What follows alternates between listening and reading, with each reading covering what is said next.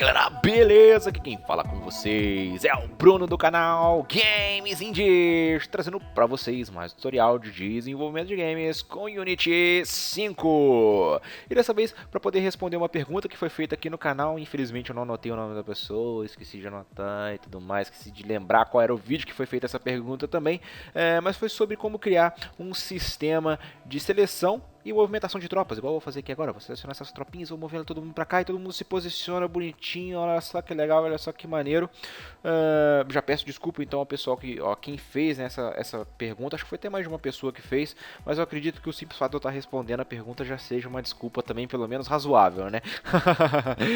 Só que esse vídeo vai ser num formato diferente, tá bom? Eu não vou estar programando tudo do zero. Vocês estão vendo aqui que eu já estou com o script pronto, já estou com o projeto pronto em si. E eu vou mostrar pra vocês a lógica que eu resolvi, que eu fiz, né, para poder chegar nessa solução. Eu ia até fazer um vídeo do Bruneco explicando isso, só que eu não consegui pensar em nenhuma piada legal para poder colocar no vídeo, me zoar e tudo mais, então resolvi eu mesmo fazer o vídeo para eu sim ser a piada e tudo mais e tal e tal.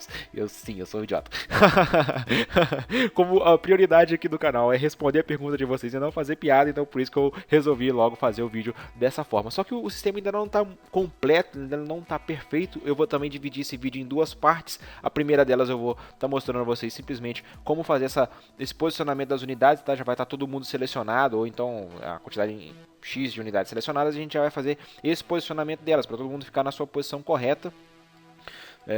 Vai ter um pouquinho de samba do crioulo doido ali ainda, né? Umas partes imperfeitas aqui do script, até porque eu estou utilizando componentes prontos do Unity também para poder fazer esse sistema, tá ok? E na próxima aula eu mostro para vocês como fazer o sistema de seleção, né? Até aparecer essa imagenzinha verde aqui e tudo mais. Então primeiro o posicionamento das tropas e depois a seleção, né, individual de cada uma delas. Então vai ser basicamente assim que a gente vai estar trabalhando nessa aula. E uma coisa que eu queria primeiro, né, antes de qualquer coisa, né, deixa eu mostrar para vocês os componentes prontos que eu utilizei aqui do Unity para poder trabalhar com isso. Primeiro, toda a movimentação do objeto, né, dos cubos aqui, eu estou utilizando o Navimesh, né, tem até um vídeo no canal sobre isso, eu vou deixar aqui na descrição, vai aparecer aqui no vídeo também para vocês poderem dar uma estudada caso queiram ver ele melhor, tá bom? Mas eu vou estar utilizando os componentes de Navimesh aqui do Unity. Para poder utilizar eles, basicamente eu fiz aqui o meu terreno, depois eu vim aqui em Window, Navigation, e com o meu terreno selecionado eu marquei ele como Navigation, Static e dei o Bake. E aí vai gerar essa imagenzinha azul aqui, ó, que vocês estão vendo por todo o terreno, que são justamente as áreas onde eu consigo navegar com os meus objetos em função das configurações que estão aqui definidas com ele, né, de inclinação máxima de altura e tudo mais. Ele cria um monte de coisa que a gente pode estar configurando aqui dentro, pode até definir uma área diferente para ele. Todo mundo aqui está sendo na mesma área, todo mundo é a área azul aqui, mas eu poderia fazer outras formas aqui para a área ficar diferente, tá bom? Mas ele já fez isso aqui para mim. E em cima desse mapa de Navimesh, né, que é a navegação de por onde ele vai poder andar, cada um dos meus objetos aqui eu criei até um prefab para eles, mas basicamente eu vim aqui com o meu cubozinho já criado, eu vim aqui em Component e coloquei nele um Navigation Navimesh Agente. E eu fiz só algumas alterações, coloquei ele com 20 de aceleração e 20 de speed, e a distância stopping distance, né, é 0, porque assim o ponto que ele está selecionado ele só vai parar quando ele chegar a 0 e ele vai acelerando 20 metros por segundo até chegar na velocidade máxima de 20 metros por segundo. E assim que a gente vai estar trabalhando com ele, né? Ele acelera 20 metros por segundo ao quadrado, se eu me lembro exatamente da formulação, e a velocidade máxima dele vai ser de 20 metros por segundo. E o negócio legal, olha só, se a gente entrar aqui no modo Navigation, eu vou selecionar esse cara aqui mesmo, vou só selecionar ele aqui, vou dar o play também, só para selecionar só ele, porque é um negócio que eu fiquei fazendo muito, que com o Navigation aqui exibindo os gizmos até, a gente consegue ver, né, justamente para onde ele está indo, a direção que ele está fazendo, o caminho que ele está fazendo. Olha só, com o Navimesh ele consegue fazer toda essa parte aqui também de roteamento. Olha só, ele foge ali daquele caminho para poder passar pela montanha, ele busca o melhor caminho para poder chegar ali. E se eu tiver mais de um objeto selecionado, com o script que eu estou aqui de movimentação das tropas, né, se eu selecionar todo mundo, a gente vai conseguir ver basicamente as posições que eles colocaram ali. Olha só, ficou um negócio bem legal, um negócio bem maneiro. Eu já perdi muito tempo só ficando vendo esse efeito aqui, né, do Navimesh e tudo mais, vendo os componentes indo, né, os cubinhos indo lá em direção onde eu cliquei. Ficou muito legal, ficou muito maneiro isso, olha só. Que legal, velho, é show de bola esse efeito. Eu perco muito tempo vendo isso, só ficar vendo, só ficar brincando assim, olha só. Que legal. Então esse foi o componente pronto que eu utilizei, Navimesh A gente acessa ele vindo aqui em Window Navigation, aí você seleciona os objetos em cena, pode ser um modelo que você fez no Blender, sei lá, você fez uma cidade no Blender e quer rotear as ruas dela, seleciona as ruas, vem cá no objeto, marca como Navigation Static, depois dá o Bake, ele vai criar esse fundo azul para ele, vai ser o local onde vai poder estar andando, né, onde seus objetos vão poder se locomover, e depois em cada um dos objetos que vão se locomover, você tem que vir em Component, Navigation e colocar o Nav Mesh agente nele para poder funcionar tudo que eu vou mostrar para vocês. Depois a gente vai ver então aqui como é que eu fiz o meu script de controle de tropas. Vamos abrir aqui o nosso querido MonoDevelop. E bom, como a gente vai ter que trabalhar com o sistema de clique, saber a posição do mouse e tudo mais, a gente vai estar utilizando aqui uma câmera e um Raycast para poder criar aquele sisteminha de Raycast Hit e tudo mais, né? É um Raycast Hit para criar o sistema do Raycast, desculpa. Se você não conhece direito essa função, tem um vídeo no canal onde eu falo só sobre isso, vai estar aparecendo aqui agora na tela, dá uma estudadinha nele que ele é sensacional, vai dar para você aprender muito sobre o Raycast, uma função que ajuda muito. Então, a minha câmera vai mandar um raio, eu vou onde esse raio colidir, eu vou guardar as informações dentro desse R, a gente vai estar trabalhando isso para saber para onde as nossas unidades vão se mover, né? A nossa tropa vai se mover. Eu tenho essa variável aqui também, que é um vetor de Game Objects, que vai ser nas nossas unidades selecionadas, ou seja, todas as unidades que a gente selecionar vão ficar guardadas dentro dela, tá bom? Eu vou ter esse floatzinho aqui, que vai ser uma média de tamanho das unidades, que a princípio a gente vai estar com valor fixo, mas a gente pode tratar isso depois para, dependendo do tamanho das unidades que a gente colocar eles num espaçamento melhor, vai que eu tenho uma unidade maior, uma unidade menor, e elas ficam num tamanho melhor entre elas, né? E eu vou ter também aqui o destino das minhas tropas, que vai ser justamente o local onde eu cliquei com o meu mouse lá, com o Raycast, aquele local onde eu cliquei vai ser o destino onde todo mundo vai ir e vai ficar em volta dele, tá bom? Depois disso, na minha função Start, basicamente eu vou preencher esse meu vetor de unidades selecionadas, aqui eu vou estar pegando todos os objetos em cena que tem a tag Player, tá bom? O meu Game Object, Find Game Objects with Tag Player, porque a gente pode ver aqui que todos os meus objetos, os meus cubinhos, tem a tagzinha Player neles, tá bom? Então eu vou estar selecionando todo mundo e guardando dentro desse vetor. E um tamanho médio que eu coloquei aqui foi 3, é um tamanho default a princípio.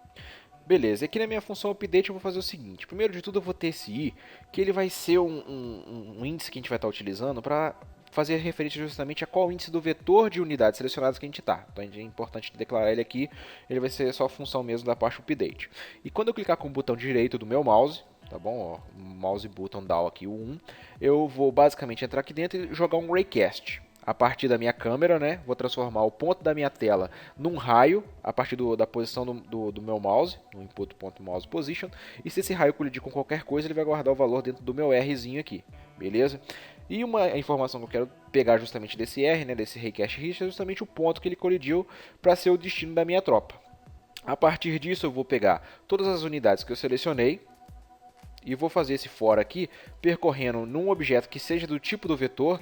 Se eu fizer dessa forma, né, a variável do tipo do vetor dentro do meu vetor, o meu for vai automaticamente pegar do índice 0 até o último índice do meu vetor e vai automaticamente colocando para mim dentro da minha variável unidade. Isso aqui é uma coisa que ajuda bastante dentro quando você cria um for dessa forma, né, você não precisa criar toda aquela parte de um vetor do tipo inteiro e tudo mais e colocando os valores ali dentro. Ele já automaticamente já coloca pra gente o índice do vetor dentro da unidade aqui até o final do meu vetor. Então isso já ajuda bastante a gente. Então, para cada unidade dentro das minhas unidades selecionadas, eu vou vir sempre. E como eu quero definir um destino para ela, eu vou estar utilizando a nave mesh agente para poder definir esse destino. Então, vou pegar a minha unidade, vou guardar vou pegar o navmesh agente dela, né, a minha unidade.getComponent navmesh agente dela, e vou colocar dentro da minha variável navmesh da unidade, tá bom? Navmesh agente da unidade, que é uma variável tipo navmesh agente. Guardei ela ali dentro.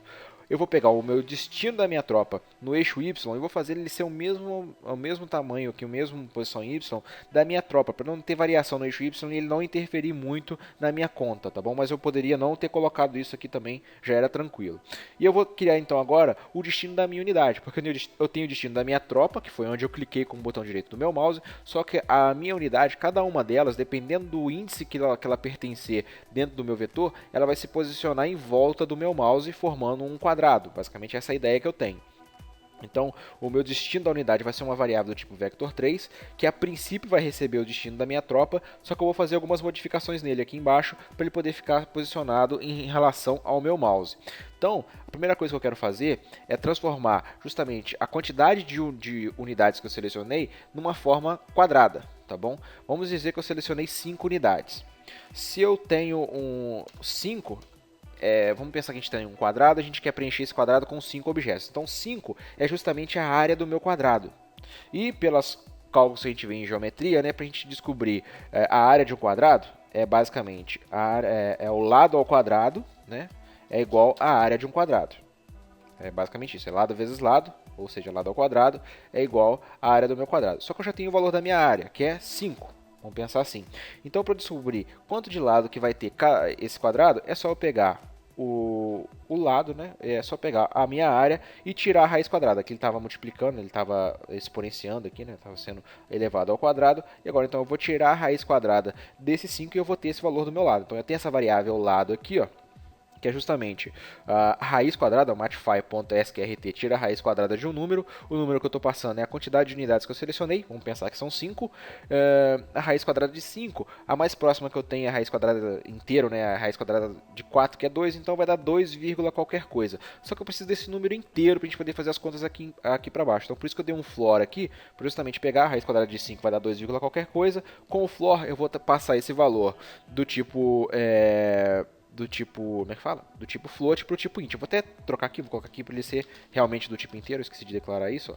Então a minha variável lado, ela é uma variável do tipo inteiro, beleza?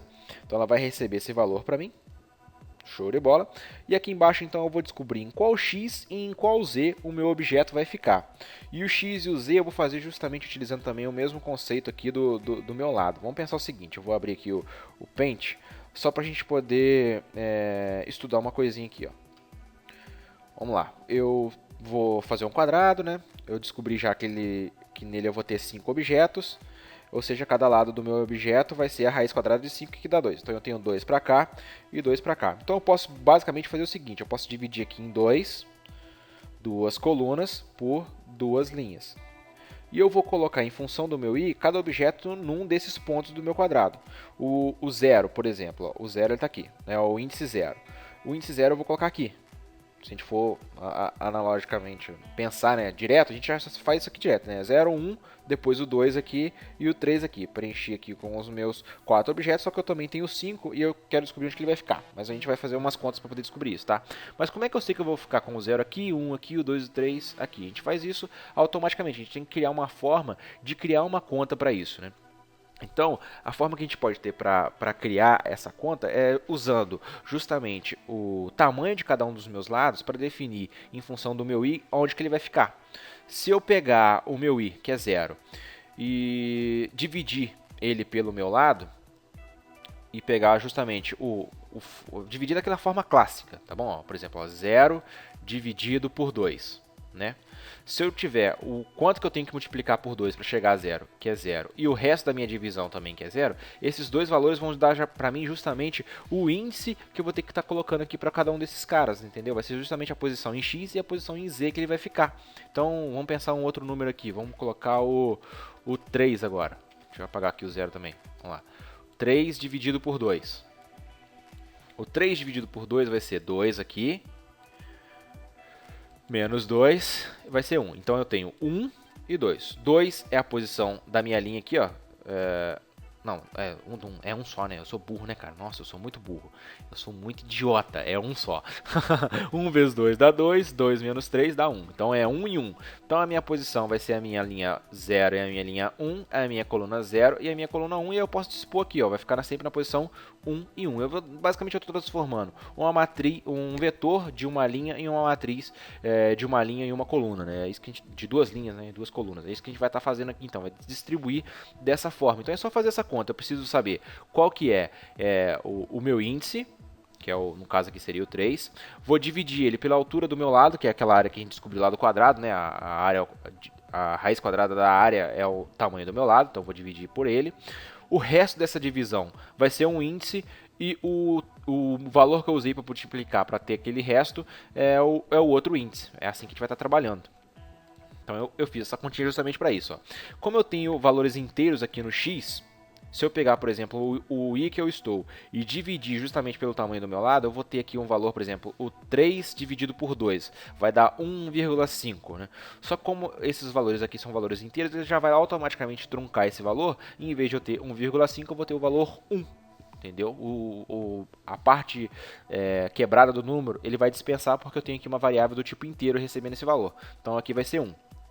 E se eu pegar o valor que eu tenho e dar esse %, eu justamente tenho o valor do resultado, do resto, né, dessa divisão entre o I, no caso aqui vale 3, o resto da divisão de 3 por 2 vai ser 1 também. Então eu vou ter o valor para x e para z sempre dessa forma, não importa o tamanho que tiver. Se fosse, por exemplo, a área fosse 3, né, o lado aqui meu vale 3, e eu estou com o valor 5. Então 5 dividido por 3 vai dar 1, e o resto é 2, então vai ficar na posição 1 e 2. 1 em x, porque ele vai multiplicar, vai dar 1,75, qualquer coisa do tipo, vai arredondar, vai truncar, né, para 1, não vai ser nenhum arredondamento, vai ser 1 mesmo, vai pegar só a parte inteira, e a parte aqui de baixo, o resto da divisão, é 2, então vai ficar aqui embaixo, né, é 2, isso, é 1 e 2.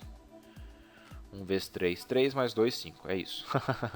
E aqui embaixo eu vou fazer o seguinte, vou pegar o destino da minha unidade e vou fazer duas transformações com ele. Uma no right e uma no forward. O right vou mexer com o eixo X e o forward eu vou mexer com o eixo Z. Por isso eu até coloquei o nome dessas variáveis já com esses valores, tá? Com o eixo X e o eixo Z para ficar bem específico isso, né?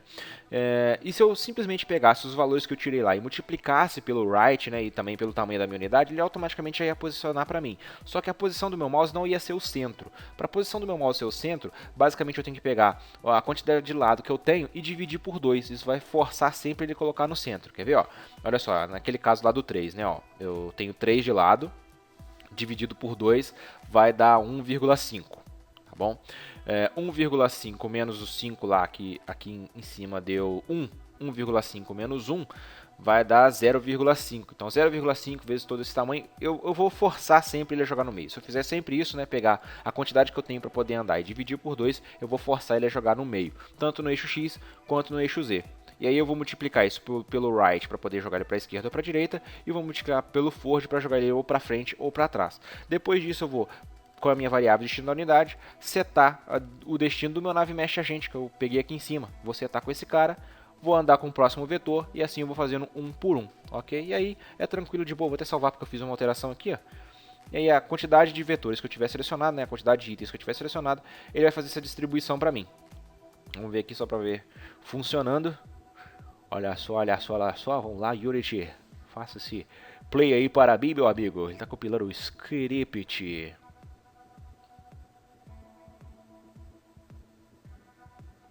Vamos dizer, por exemplo, que eu selecionei essas 6 unidades aqui. Ó. E eu clico para cá.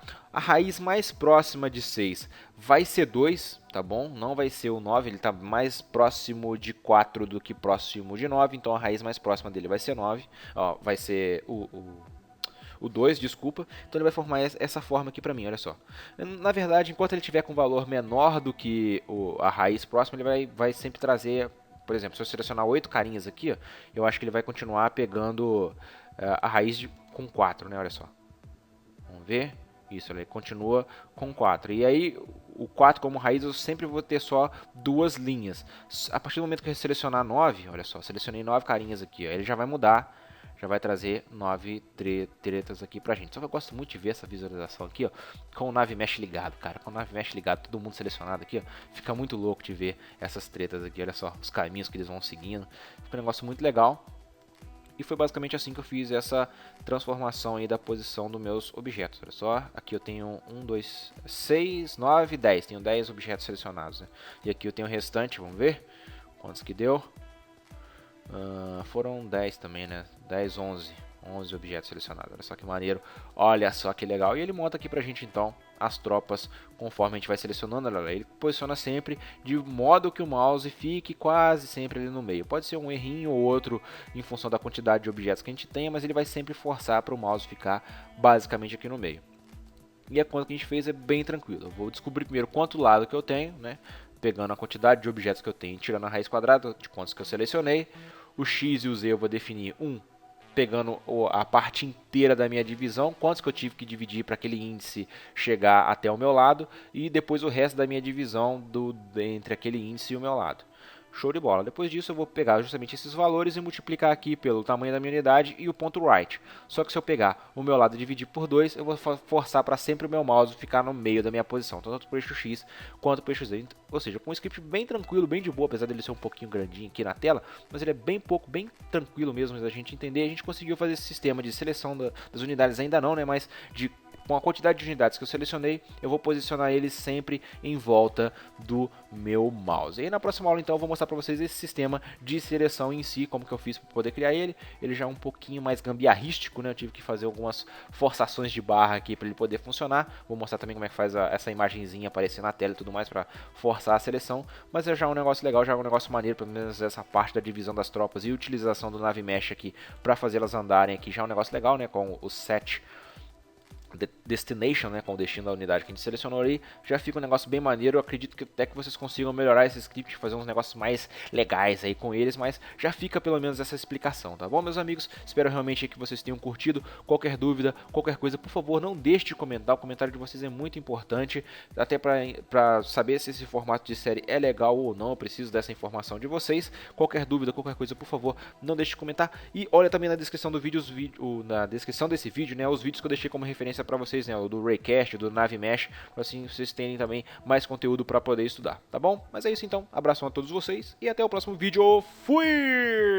Vou dar um Maximization Play aqui, ficar mais legal. Olha só, olha só, olha só. Fui!